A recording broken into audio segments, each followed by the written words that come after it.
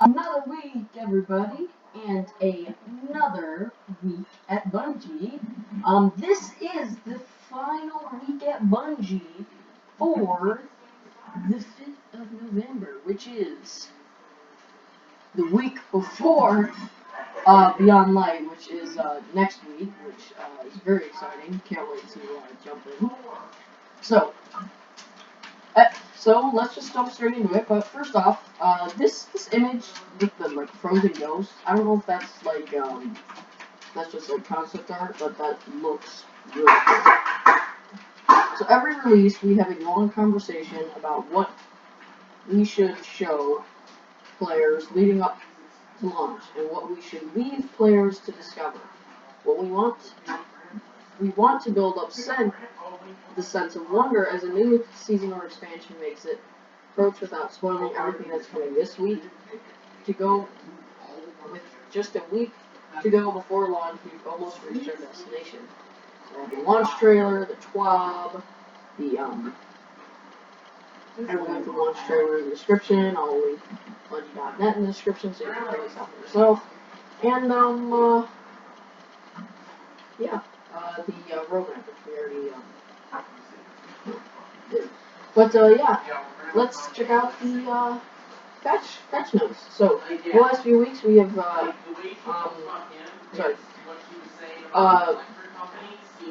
archives. The two new archives being added. Beginning on November 10th, 2 new kiosks will be available in the tower. First up, the quest archive will be found next to the postmaster. Our hope is that this removes some confusion when trying to track down the odd quest that you previously discarded. Additionally, this will be a place for any veteran players to pick up the new light quest on November 10th. If they have a strong desire to experience new player tutorials and the real introduction of the cosmic world. Be interesting. I can't wait to check out that. And of course, the Monument to Lost Lights exotic archive. Which is by your vault. So players may acquire various exotic and legendary pinnacle/pursuit weapons that were once available through non-retired quests. As many of these exotics were tied to lengthy quests or difficult objectives, we want to make sure that the pieces reflected those previous efforts. Players will need an amount of Glimmer Destination materials, Masterworking materials, and an exotic cipher or Ascendant shard in order to purchase the exotic or legendary which they desire, which is very expensive. We're introducing a currency called Spoils of Conquest, which can only be acquired by completing raids, which is the currency. This currency will be required for exotics previously tied to vaulted raids. So that would be what are you going to read? Anarchy, Legend of Acarius, and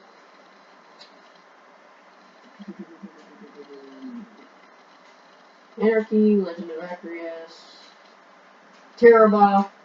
I think that's it. Yeah. But my question is, how many of those are you getting? Because I need my Teraba and my Legends of Acarius. But yeah, let's move on to the patch notes. So for Crucible, Charles of Osiris power level is increased to 1210.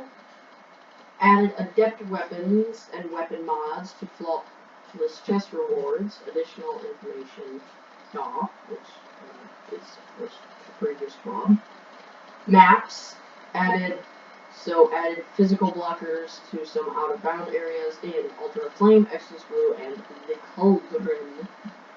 Player identity. Login screens now have a dark background. Yay. Updated the full screen menus to have the dark background style. Yay. Player waypoints now disable season rank or HUD waypoints. So interesting. So the the numbers that we saw above players' heads, those weren't levels. That was actually what I predicted. It was the season rank. And that's where we are. So, added toggle function to the character screen allowing the player to make a choice between light and dark subclasses. Character screen visuals updating depending on the player of choice between light and dark. Character creation. Change selection from male and female to masculine and feminine. So, okay. Guardian head and hair models have been replaced with improved versions. Okay, I'm gonna maybe check out my Guardian's face. Several color swatches have been changed to better represent the applied color, and players' previous heads are still used. So, yeah. Misk fixed the bug that prevented online friends from showing up in the roster on Stadia for players with more than 100 friends. Fixed the bug that occasionally prevented players from earning progress on bounties when joining an activity in progress. This most notably impacted Iron Banner bounties and could just cause players to have their artifact powers enabled during Iron Banner matches. So, few sandbox changes that we missed in our sandbox review. So, Traveler's Chosen, the muzzle flash is reduced. Point of stat, the bow is now increased its power level to 1310. Divinity, they fixed the bug that prevented some weapons from dealing precision damage to the Divinity cage, i.e. Ariana's Vow. Hunter Dodge, increased Hunter Dodge cooldown by a few seconds, so it's now 26 seconds, thank goodness, because I am tired of almost getting that Hunter and then he just dodges away. So, anti-champion mods, anti-barrier rounds will now penetrate chicken phalanx's shield. Okay. And all anti-champion mods have been shifted to armor rather than taking up a mod slot. So that's cool and really interesting.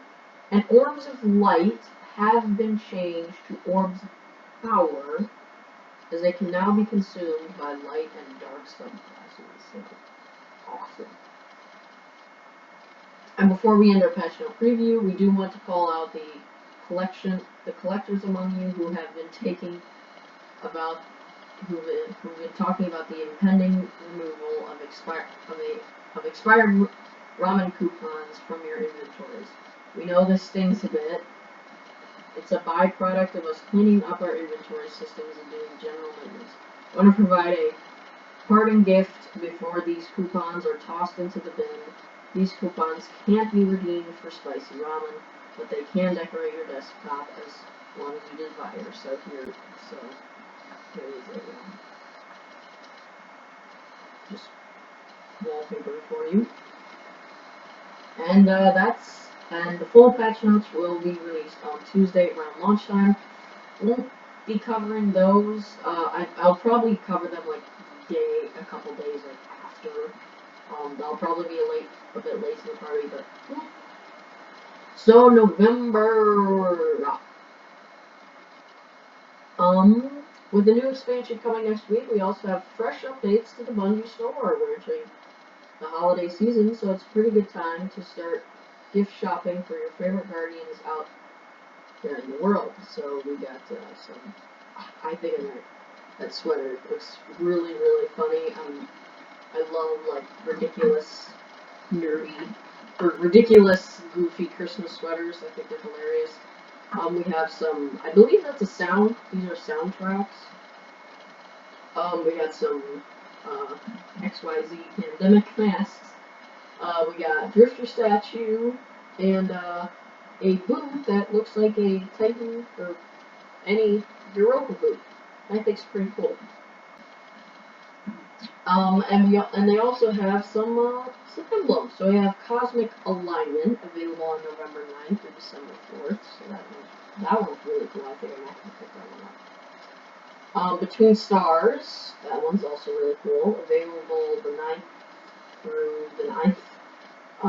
And then we have Shattered Harmony available November 9th with purchase of Destiny 2 Beyond Light original soundtrack.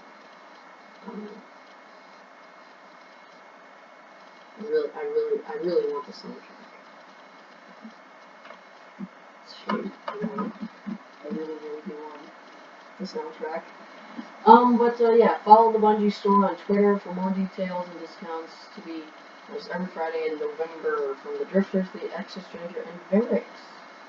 So, maintenance and preload. So next Monday, November 9th, Destiny 2 will go offline for an extended maintenance period.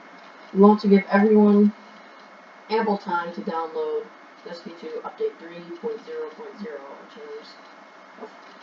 Our terms are prepping for the launch day assault on our servers. Destiny Player Support has the full timeline of maintenance, downloads, and more. Read up, spread the word, and get ready for Beyond Light.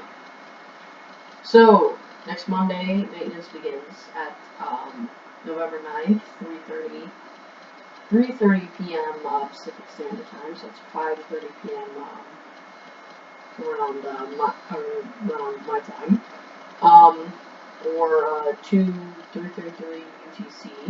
Background maintenance for update 3.0.0.01 will begin. So November 9th at 4 p.m. Pacific Standard Time. In preparation for downtime, players will be removed from activities and will be required to download a small update before logging in again. 6:50 p.m. Destiny. Sign on for Destiny 2 will be disabled. Destiny 2 will be brought offline for expected maintenance. Players will be removed from activities and won't be able to log back